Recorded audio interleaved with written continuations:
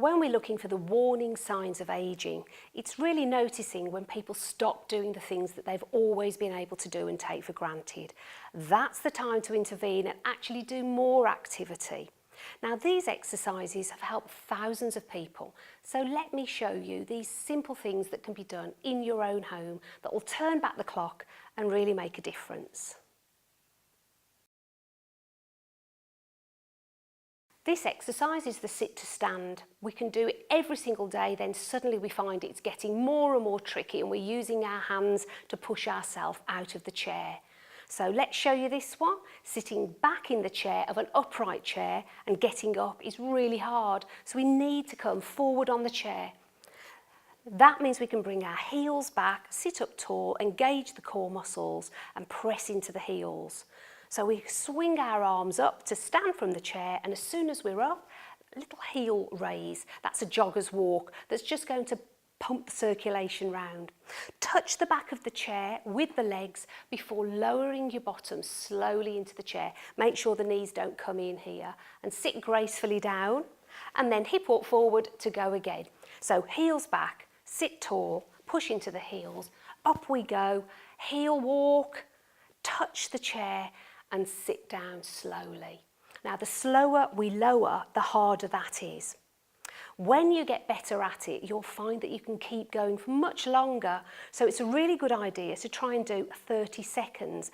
In this case, all you do is get straight up and straight down. So we stand and we sit and count how many we can do in 30 seconds. That'll give you a target and it'll help you to see how you're progressing, and everybody can do that at any age for as long as they possibly can. Another exercise is the foot flexor, and what we're working on here is ankle mobility, but also the strength in the shin muscles, because as we walk we want to be able to lift the toe and heel strike with a natural walking gait. It'll help avoid tripping over the end of a mat, for example. So with this, we just sit up tall and we focus on placing the heel, then the toes in exactly the same spot. Imagine there's a pound coin on the floor, and heel and toe. Now, it sounds really simple, but when your flexibility starts to decline, this gets tricky. Lifting the toes high, lifting the heel. So we try to do about 10 on each foot, and that can be done every day. You can even do it while you're watching the television and make it part of your daily routine. Now we're going to work on heel raises. So with this, we are actually trying to improve our balance. What we need to do is have something to hold on to. The kitchen sink is perfect. It's nice and strong and stable. I'm going to show you with a chair and just turn to the side. So we hold on at first until we get more confident. Stand with feet hip width apart and then simply raise the heels. Looking ahead does help with balance. What we want to try to do is build up to holding for up to 10 seconds.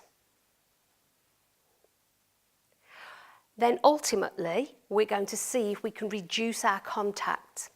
We want to just hold with one hand, maybe just a fingertip touch, and then when we're ready, not to hold at all. For people who really want to progress and are finding that far too easy, then you can actually add in a head turn very, very slowly. It does affect your balance, so it's very important to have something to hold on to, and lower the heels whenever you need. So we get up into the balance, focusing ahead, then if we can, let go, and then slowly turning the head one way and then the other, and you'll feel all of that action going on in the ankles that's helping sending the messages to recorrect your balance, lower the heels. Try to add that in for about 10 seconds, and again, you can do that every day. One of the things that we find particularly difficult to do when we age is get down on the floor and back up. Now, if you like gardening or you want to play with the grandchildren on the floor, it's something we do need to practice and keep doing for as long as we possibly can. At first, it's a good idea to have a piece of furniture close by so you have got something to hold on to. Now what we're aiming to do is simply kneel down on one knee. Always do this on a carpet so it doesn't hurt your knee.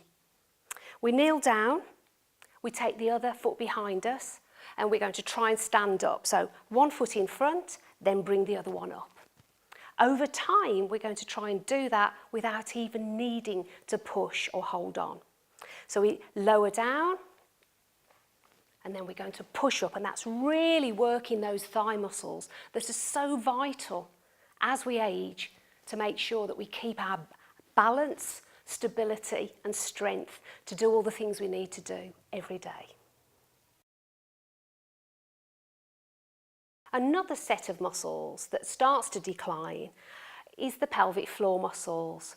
Now there's definitely lots of things that you can do to improve this too, and it will help with posture, it'll help with continence, it helps with confidence.